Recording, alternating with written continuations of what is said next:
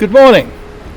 Welcome again to Exposure Box. Here we are in the centre of North Acton, which I believe in the next few years will become the densest suburban residential development, not just in Ealing, not just in London, but probably in Europe.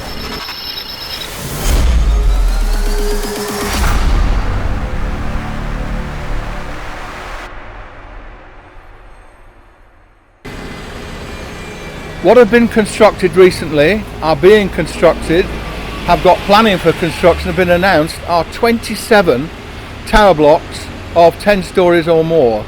Of those 27, 13 are or will be 30 stories or more, and 7 will be 40 stories or more.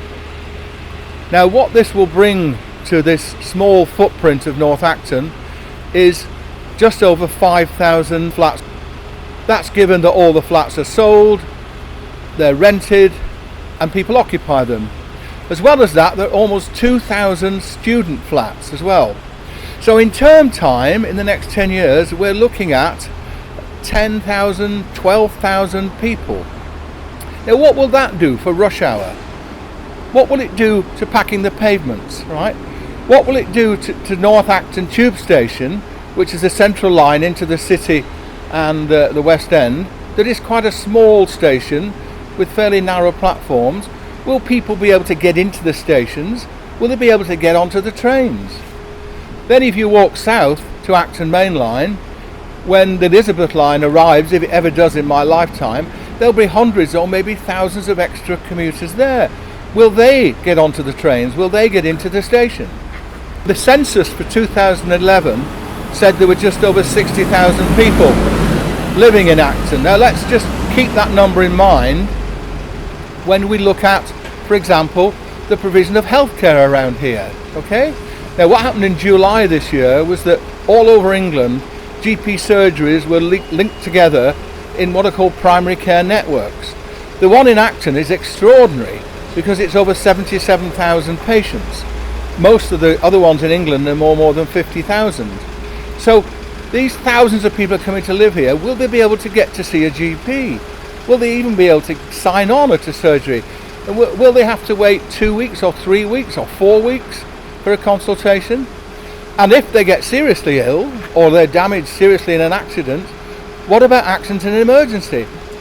The nearest hospitals, the one to the west, central Middlesex, and the one to the east, Hammersmith, had their accident and emergency units closed in September 2014 as part of some ridiculous Shaping a Healthier Future plan, which was finally abandoned in March of this year. Now, many of these people living in these flats will be single 20 to 40-year-olds, but there will be some people with children. Where might they be educated? Well, of the 12 primary schools in Acton, in any year, at any school, there are just 4-year places available. Let's look at secondary education. Of the 15 secondary schools in Ealing, in any year class, in any of the schools, the highest number of vacancies is 6 places. So where will these children be educated? Where will any new school be built around here? Now let's look at transport. This location happens to be incredibly close to a superb infrastructure that moves west out to the M25, moves west out to the M40, direct route east into north central London, crossing the north-south circular orbital network. But most of these flats won't have car parks. So this superb transport system will be completely lost to the people who live here. So let me now conclude by saying and asking the question, is this progressive, sustainable town planning, or is this a form of madness? Thank you very much.